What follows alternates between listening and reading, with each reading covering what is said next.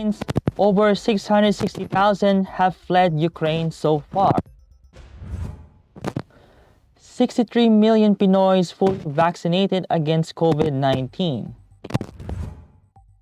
COVID-19 cases in the country at 3,663,059. No Duterte ordered on suspension of e-sabong yet. Easterlies to affect Philippines' eastern section. Grizzlies trample Spurs. And Philippine stocks sustain gains. Good evening. Today is Tuesday, March 1, 2022. I am Miguel Pautagonon and this is Tribune News on Q. Here are the stories for this evening. Message from President Vladimir Putin broadcast. We have Russian forces coming in from the south, landing to A potentially devastating war in Ukraine is just underway.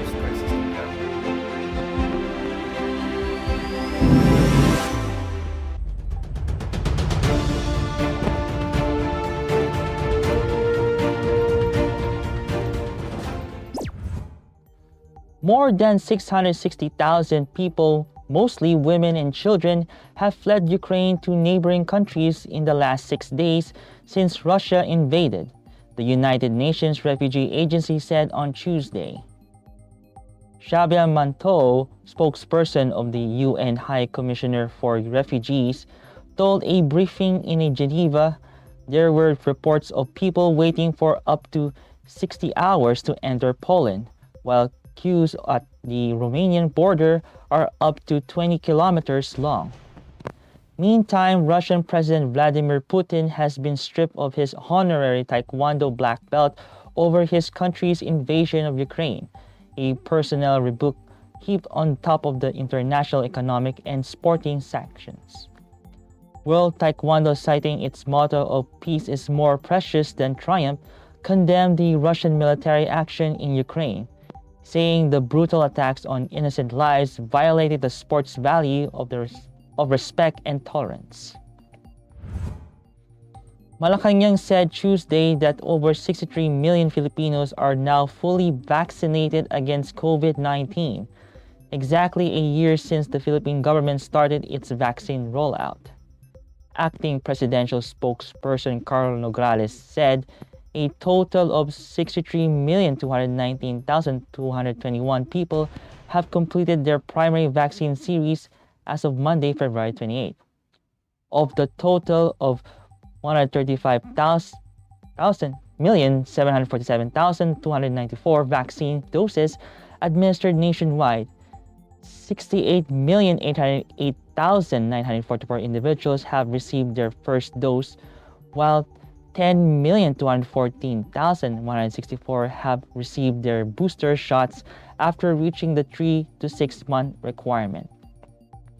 The government is eyeing to fully vaccinate 77 million Filipinos against COVID-19 by the end of March, and 90 million by the time President Rodrigo Duterte steps down from office on June 30. The Department of Health reported 1,067 confirmed COVID-19 cases on Tuesday to bring the total number infected in the country to 3,663,059. This brought the active cases to 51,592, and of the total, 489 are asymptomatic, 46,609 are mild, 2,779 are moderate, 1,417 are severe, and 289 are in critical condition. The number of recoveries, on the other hand, rose to 3,555,016 after 1,652 patients recovered from the deadly disease. The death toll remained at 56,451, with no fatalities recorded. Meanwhile, the country's COVID-19 positivity rate was at 4.3%, which is lower than the World Health Organization's requirement target of less than 5% positivity rate. Tribune News on Q will be back after these reminders.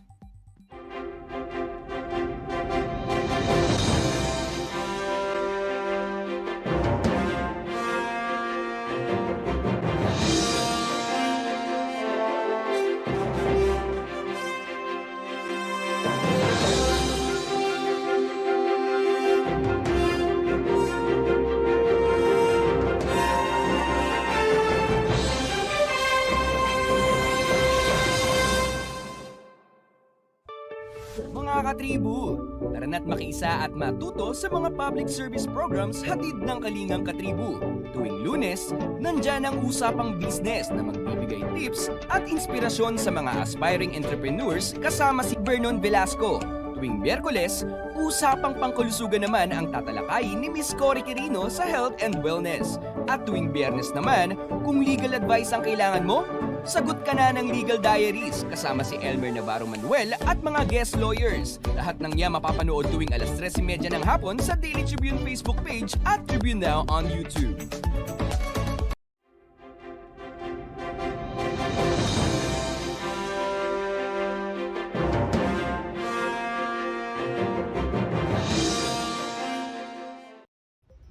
In other news, Malacanang on Tuesday said President Rodrigo Duterte has yet to issue an order stopping the operations of online sabong or e-sabong. Acting presidential spokesperson Caro Nograles made a day after Senate President Vicente Soto III announced that the president has agreed to suspend the licenses for e-sabong operations amid the disappearance of at least 31 sabongeros. Soto based his announcement on his conversation with Senator Ronald De La Rosa.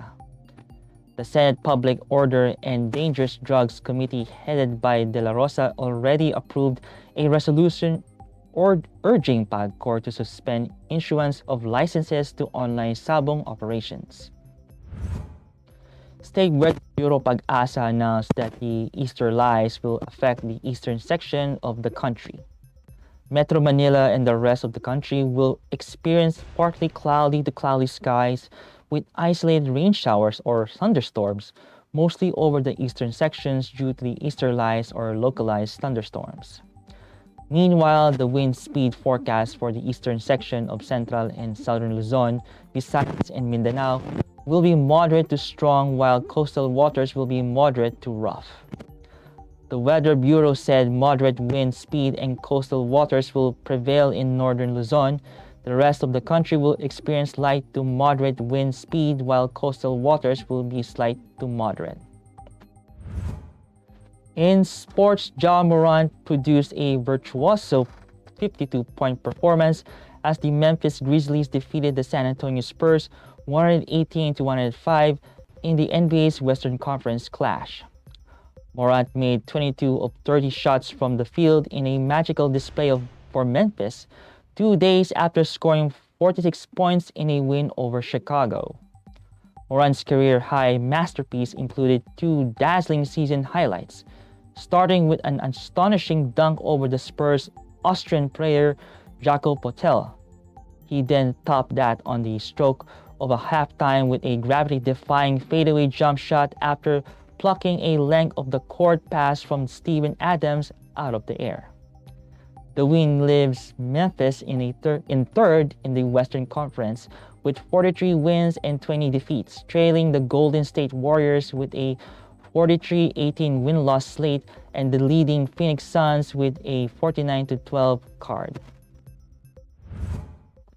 In business, the local stock barometer again finished higher on Tuesday amid lingering concerns on the Ukraine-Russia conflict, while peso kept its footing against the US dollar.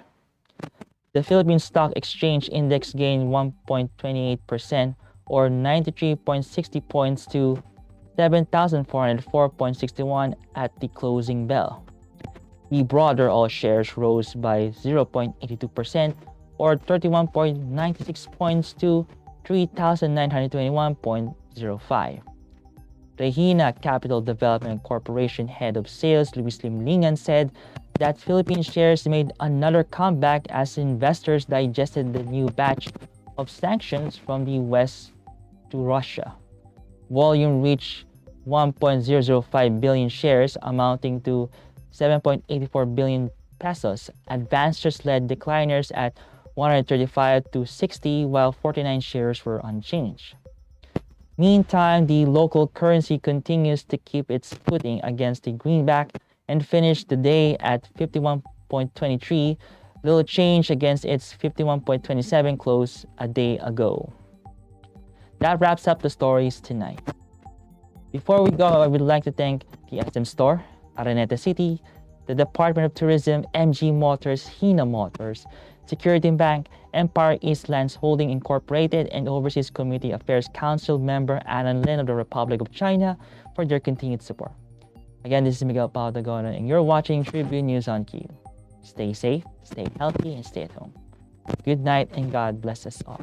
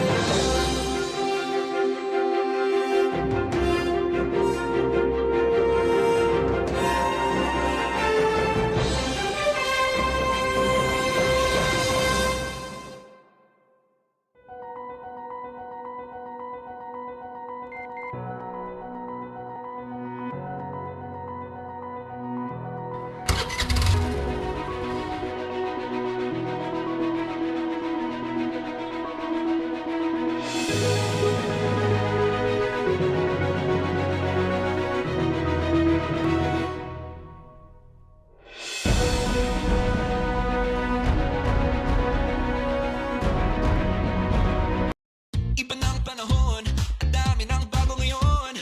Pati ang mundo natin, well, nagbago na rin. Buti ang bayan, bigger, better na. You can buy it sa centers, pati sa mga parties may online pa at app. You can buy it with your fingers, still don't remittance and more. Online shopping, you can buy it all. Di magpadala, you can buy it all. Anumang pera transaction, you can buy it all. Sabayan ang pagbabago ng mundo for all your pera transactions, all new Bayad. Araneta City, home to the country's first indoor shopping mall, the world's original Thrilla, and the first ever Bini Bini pageant. Now a place for your first win, your first catch, your first home, your first big break, your first date, and even your first love. Araneta City, the city of firsts.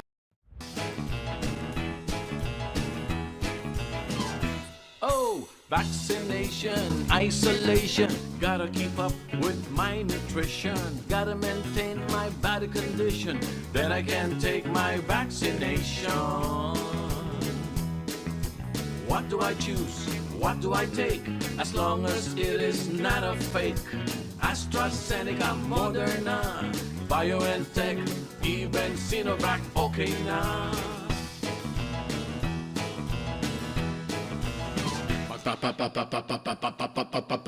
Babakuna ka ba? Babakuna ka ba? Babakuna ka ba? Babakuna ka ba? Babakuna ka ba? Babakuna ka ba?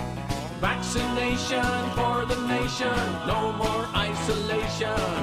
With vaccination. Babakuna ka ba? Babakuna ka ba? Babakuna ka ba? Babakuna ka ba? Babakuna ka ba? Babakuna ka ba? Babakuna ka ba? Paturok, paturok, paturok.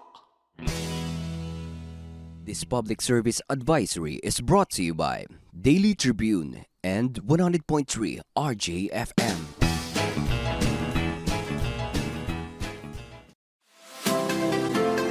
Magandang araw mga katribu! Narito na ang mga makakasama nyo tuwing umaga sa programang Gising Na. Roy Pelevelo, Atty. Lia Badillo Crisostomo, Vernon Velasco, Kim Sancha at Chirk Balagtas.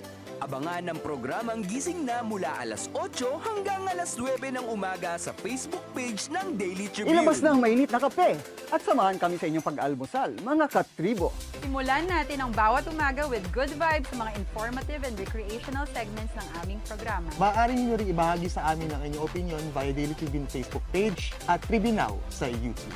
Makichika na rin sa latest showbiz happenings, mga katribo. Kaya naman, magkita-kita po tayo mula Lunes hanggang Biyernes, alas 8 hanggang alas 9 ng umaga at magsama-sama po tayo sa Gising Na! ang Daily Tribune may digital shows na din. Dahil sa mas lumalaki at mas lumalakas nating tribu, handog sa inyo ng Daily Tribune ang mga programang magbibigay buhay araw-araw. Be informed at mag-good vibes tuwing umaga sa programang Gising Na. Be updated sa news and happenings sa Tribune News on Cue. Mas kilalanin pa natin ang mga paborito nyong atleta sa programang The Athletes Tribune. Alamin ang latest entertainment sa programang What's Up. Ma-inspire sa mga kwentong hatid ng Perfect. Search lang ang Daily Tribune sa inyong Facebook at Tribune Now on YouTube. See you there mga katribu!